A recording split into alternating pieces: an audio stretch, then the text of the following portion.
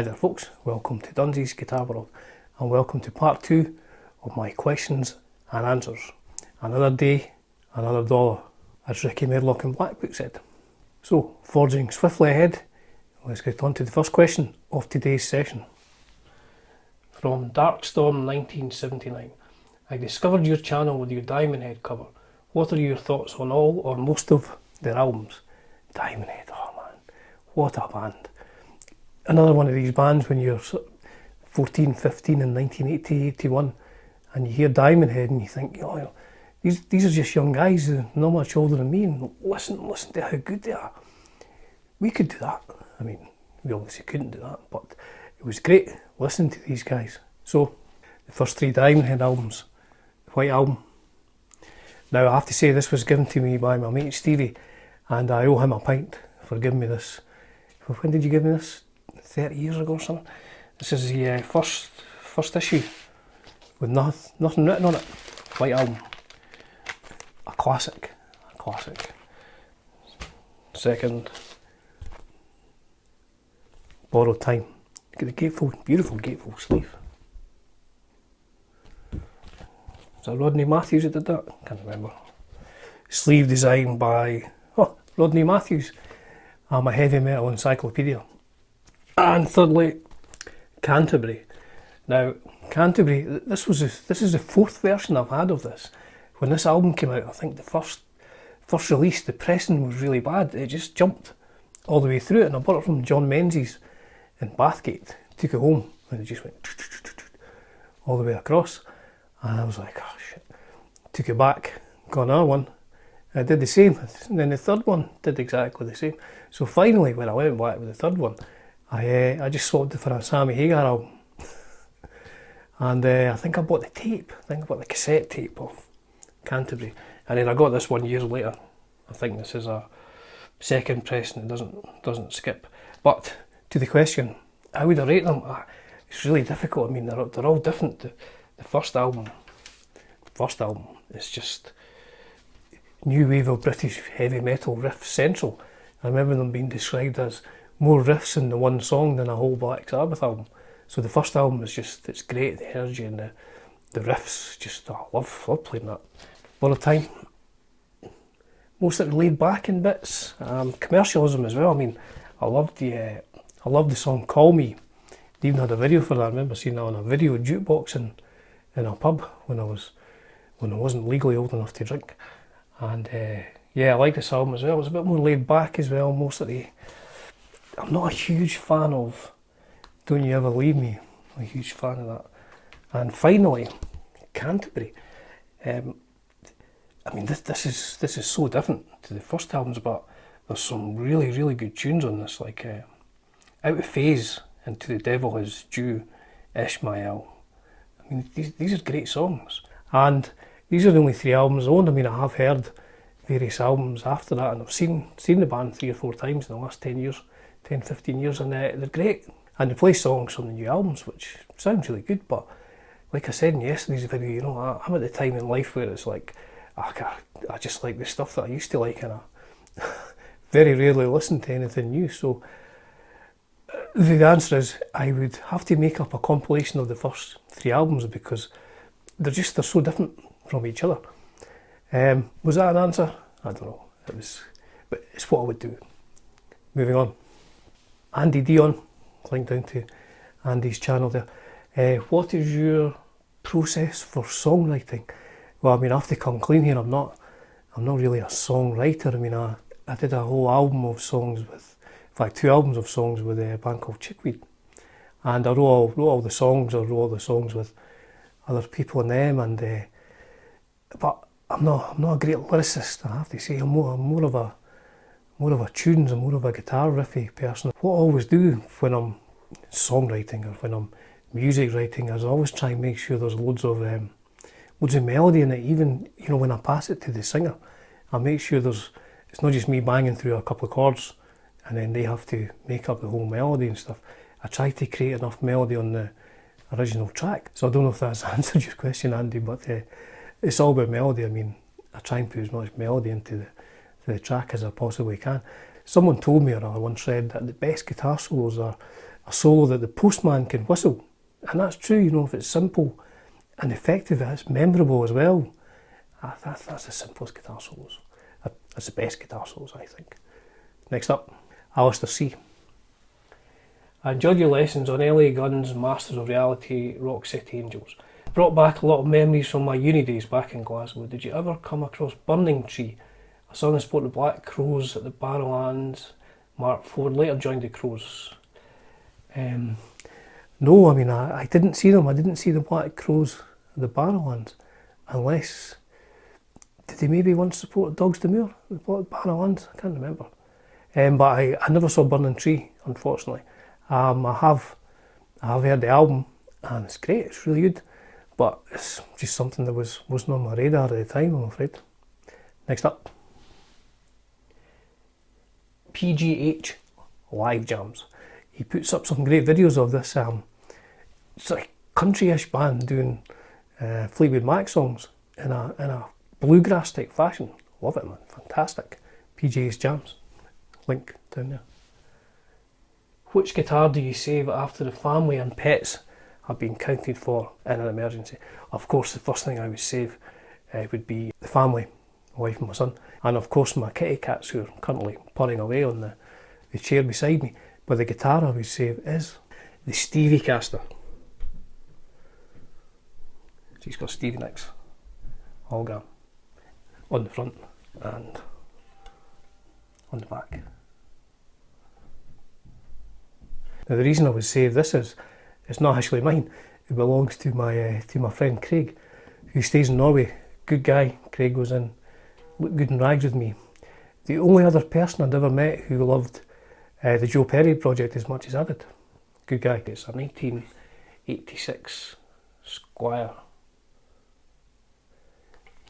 Japan Telecaster, on which I've changed everything apart from the tuners and the body. Everything else on this guitar's been changed. So he gave me this guitar in the early 90s, I think.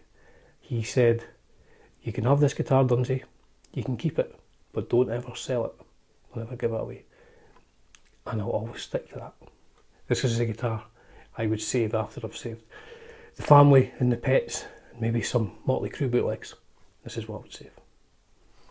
Next question, Quizmaster, from Jeff McMannis. Not really a question, more a request. I first saw your video of Stevie by Pat Travers, one of my favourite songs. We'd love another Pat Travers lesson, snorting whiskey maybe. Now, I have to say, the reason I don't do a whole lot of Pat Travers is it's really difficult to play. There's so much in his tunes. His style is great, such a good guitar player. I haven't done many more because I don't think it would do them justice. Snorting Whiskey, there was a band, what are they called, Can the Band or something like that, and the guy who plays guitar makes guitar pedals and makes amps, makes a small sort of amp, and he posted a live in the studio version of them doing Snorting Whiskey, drinking cocaine, and I'll put a link down below. It's unbelievable. I mean, when I see things like that, there's no point of me trying to bash my way through a Pat Travers tune in a half-arsed fashion and getting it completely wrong. But I mean, I will do. I'll try and brush up on my Travers playing. I love his playing, and I've said in other videos, the live album Go For What You Know with Pat Thrall, the guitar sounds on that are just, I've never heard anything like it. I'd never heard anything like it at the time, and I've never really heard anything since. I mean, it's all flangers and phasers, and although I think he was just using an ADA chorus or something like that. They were one of the first sort of bands, and it's just, the guitar sounds are just incredible. So the real reason I haven't done many more is I'm probably not good enough to do them. Moving on. From Robb, Phillips. What saddles do you think I should upgrade my PRS with? Brass or Graphtec? Have you used either? Pros and cons? I have to say, the technicalities of this, I don't really know. I mean, I'm like anyone I read on forums, or you should use these saddles, you should use those saddles. I did put brass saddles on the Stevie Caster, which I'll show you. As you can see, I put put brass saddles on them. So I changed the square bridge to just a short bridge, and I put those sort of vintage saddles on. I mean, did I hear a difference in sound? I mean, maybe. I didn't really notice, to be honest, Rob. There'll be people out there who will be able to tell you better than me. I've never used Graphtec saddles. I guess the science behind it would say that, you know, some will be better than others for a reason, but it escapes me, to be honest. I just put them on because that was the one I ordered. I didn't order it for any other reason, and that was the only one they had with a vintage three saddles. So my apologies, I don't really know. Next up, from Dean Morris. Dean's channel down below, he did a cover of Beer Drinkers and Hellraiser recently. Loved it, fantastic. What age were you when you started playing guitars, and what bands have you been in over the years? I started, it's hard to remember now, but it must have been 14, 15, so it'd be 1980, 81, and I'd started listening to like Priest, and as I said in yesterday's video, you could see, you know, Judas Priest, Saxon and Motorhead on Top of the Pops on the UK chart show, and as a young kid watching that, I was like, oh, that's what I want to do. I want to play guitar. So I started probably 80, 81, and I've never stopped playing since. I've got a lot of friends who were in the first sort of bands I was in who stopped for various periods of time, but I've been gigging since, I think my first gig was 1982 or something like that, and I've been gigging until the last 9 months. I've gigged all those years. I've played in bands all those years. So what bands have I been in? I was probably from 82 up to 1989. It was mostly sort of metal and rock bands, and then I joined a band called Look Good in Rags, who were a pretty glammy type band. I mean, look at my picture here. And then I auditioned for the Exploited. Believe it or not, I went along to an Exploited audition and I got the job, but at the time it didn't really fit in with what I was doing working life-wise. So I mean, I could have been in a hardcore punk band, but I didn't. Interestingly, I turned up to the audition with an LA Guns t-shirt to audition with Exploited, with the drummer who was American. He was an LA Guns fan, and then through him I joined my next band, the Joyriders, and we did 2 12-inch singles, or one 12-inch single and an EP, and 2 NME singles of the week. We played with Nirvana, Mudhoney, Lemonheads, Swerve Driver. I mean, big bands. We toured with people like Mega 84 and stuff like that, and it was good. I did that for about 3 years. Then I did Chickweed. I did 2 7-inch singles. One was a Radio 1 single of the week, UK Radio 1 single of the week. I made about £1,000 in a year, which is more than I made in the other 39 years. £1,000, the Radio 1 single of the week. We did a lot of touring with Chickweed, did an album, and then what did I do? I just kept playing in bands. And these days I play guitar with gothic rock legends, Twisted Nerve, who formed in the late 70s. Did John Peel sessions. I mean, I played all over Europe with Twisted Nerve over the last 6 years. Even been to America, played in the States with Twisted Nerve. Oh, and interestingly, the Joyriders, who split up in 1994, were offered a Japanese tour in 2009. It's a hugely long story that I won't go into now because I appreciate I'm already over my time limit, but we ended up going to Japan in 2009 and doing a reformed, and went into the Japanese tour in 2009, put an album out, and then came back and put another album out in Japan. And our last 2 gigs, we supported the New York Dolls in Edinburgh, and then the very last gig we decided to call it a day after that. We supported the Lemonheads again, because we played with the Lemonheads in London before, back in when It's a Shame About Ray came out. We did the London gigs with the Lemonheads, and then when they were doing the anniversary of It's a Shame About Ray, we did the gig in Edinburgh, sold out, huge venue in Edinburgh. And, even longer story, Evan Dando came back to my house. Evan Dando was sitting having a cup of tea with my wife and my father-in-law in my house. Again, another long story for another day. Please continue, Dunsy. Right. Thanks for the question, Dean. My apologies that I went on a bit long. Next up, from Jeremy at Classic Guitar Rock. Link down there for Jeremy's channel. I'd love to hear your thoughts on the various UFO lineups, Schenker, Chapman, Atomic, Tommy, Vinnie Moore. Well, I could do a whole episode about this. I mean, me thinking about it, as I've said in previous videos, and the reason I've done my whole Paul Chapman series was I got into the band when Paul was in the band. I got into the band in 1980, and I love those albums with Paul Chapman. And it was then I went back to hear the Schenker albums. I mean, I saw MSG 3 times, so 80 to 84, I think it was. So I mean, I was going to see MSG and going to see UFO, just different bands. And I love the Schenker era as well. What's better? It's a difficult one. I mean, in my head, the Chapman albums are the ones that I go to first, and maybe that's because that was what I heard first, but those are the albums I go to first. The Schenker albums, absolutely incredible as well. I mean, Michael's such a good player. So yeah, I mean, I like the weekly, but if I had the choice, I would maybe go and listen to the Chapman era stuff first. Atomic Tommy M, I mean, good guitar player, really good guitar player. I saw them in Glasgow on that tour. Can't remember the name of the album. I went to see them, and it wasn't very good. I mean, he's a great player, but it didn't gel with UFO for me. I mean, not at all. It was poor. And then the next time I saw UFO, Schenker was back in the band, and he was at his drinking worst, and we saw them in Glasgow. Maybe it was at 2000, or can't remember the exact date, but oh dear me, he was a bit the worse for wear for the drink. You know, there's been a few gigs I've done where I've overdone the quotient of lager that's required to participate in a musical venture. So I mean, I'm not knocking it here, but it wasn't one of Michael's shining performances. And then Vinnie Moore, again, Vinnie's a great guitar player. His solo work, brilliant. I've seen him twice with UFO. It's not Michael, it's not Paul, it's not. It sounded good, but you know, I'm a Paul Chapman and a Michael Schenker fan. So I think the guys who they got in to replace Paul and Michael, I think they were great guitar players, but it didn't gel with me at all.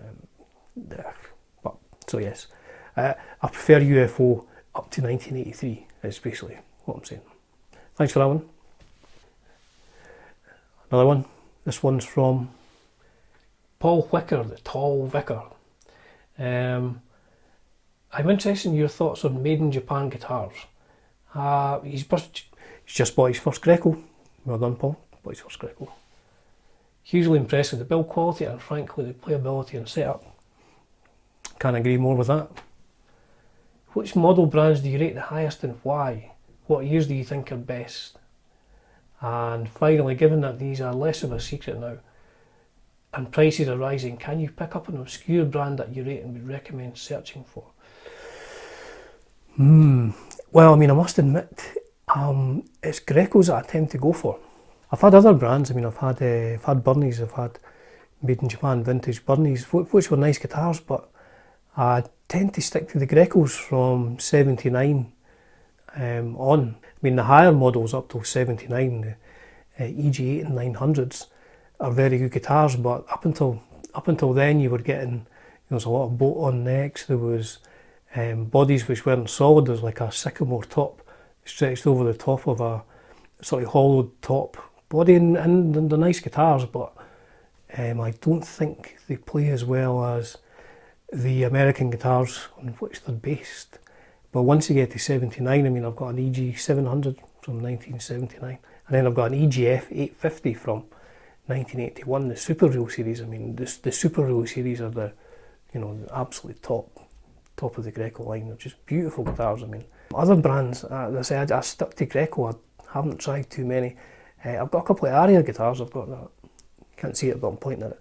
I've got the Aria Strat, and I've got an Aria. I've got a 1980 Aria FV 550 Flying V, and those are nice guitars. As for ones you've never heard of, I'm not really sure, to be honest. I see a lot of people going for HS Anderson guitars, and these appear to be really, really nice looking instruments, but I think they're quite expensive. And another brand I've seen, Fresher, Now I've had a couple of Thresher Strats and a Thresher Les Paul, and I'll be frank with you, it was rubbish. It's a boat on one of these early ones with, they've got a humbucker, but they've got a single coil inside the humbucker, and it was just rubbish. But there's different grades of Thresher, and I think they did, in fact I know they did solid body Les Pauls, fixed neck, glued neck Les Pauls, and those look really nice guitars. I mean, yeah, you have to be careful what you're buying. I mean, if you pay £700 for a bolt-on Thresher Les Paul, I would suggest that's not a bargain. I mean, I search Zen Market a lot, and then if I see brands that I don't know much about, I just search the internet and see if I can find something about them. But I mean, you're right, it's getting difficult to get a cut price vintage Japanese guitar these days. Good question though, sir, good question. Congratulations on your first Greco. Next question. From Wally Groove Cricket. Now, this question, or the answer to this question, could get me in big trouble with Kiss fans, so I will tread carefully with this one. I notice a few Kiss posters behind you. Indeed you do. So I assume you're a fan. I am a fan. Now, I'll understand if you wish not to get in the weeds on this question, but surely The Elder was their best album. Agree or not? Right. So I have The Elder on vinyl. I mean, it's good, Good old gatefold sleeve. Do I think this is the best Kiss album? I probably don't think this is Kiss' best album, but I like it. I do like it. So I went back and listened to all the Kiss albums over the last 2 weeks, and here's my perhaps controversial opinion. My favourite Kiss album is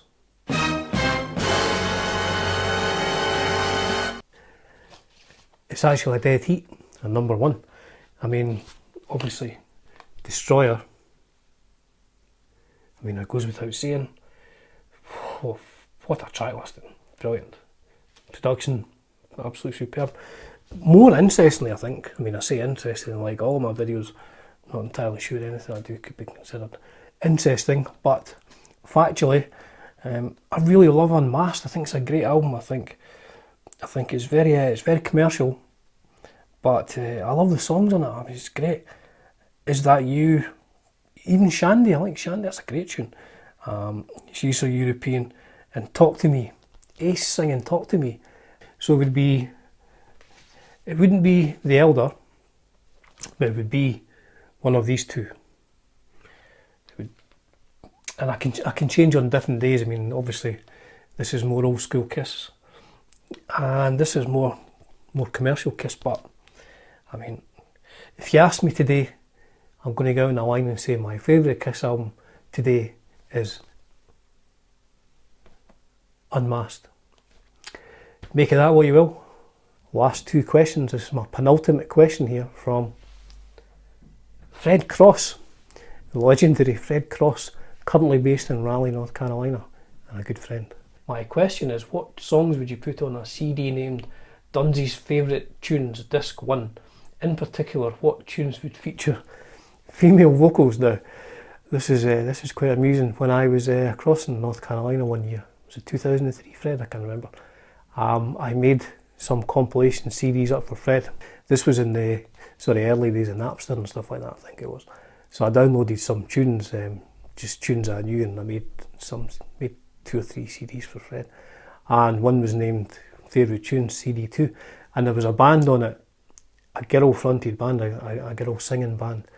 And I can't remember what happened. Fred, he maybe crashed the truck, or the truck was towed, or something happened to the truck. And the CD that was in the CD player was this very CD. And since that day, since he lost the CD, every other week we're getting in touch with each other, trying to guess who he was. I cannot for the life of me remember who the female-fronted band was, but it must have been something from 2003 or before. So I don't know. I need to keep looking into that. Finally, last question. My battery's about to run out. Last question for this session is from All's Done. A good band, All's Done. I would recommend checking them out. The singer lives in Canada. Used to be in Silverwing and Pet Hate. Love those bands. And the guitar player, I believe he's a native of Scotland. Handsome guy, good beard, good t-shirts. Just joking, that's obviously Alistair who's in the band with me. He has asked me, what's the perfect hi-hat sound? And have you ever achieved it? Now, this is an in-joke between Alistair and I. If we can be serious for a second here, my favourite hi-hat sound, is perhaps not the perfect hi-hat sound, would be on the live album by Beck, Bogart and Apici, live in Japan. And I love the hi-hat sound on that. It's a live sounding kit. I mean, it's obviously a live album, so it's a live sounding kit. But I mean, it's a live sounding kit sound. Hi-hat, brilliant, love it. So that went on for a while. I hope you enjoy that. If I started speeding up near the end, it was because my camera battery is running out. But if you need it translated into English, I mean, leave a comment below and I will do so. But thank you once again to everyone who asked questions, and I really had fun doing that. It was really good. So I hope you enjoyed it. I hope I answered your questions. Thanks again, everyone. Cheers for now.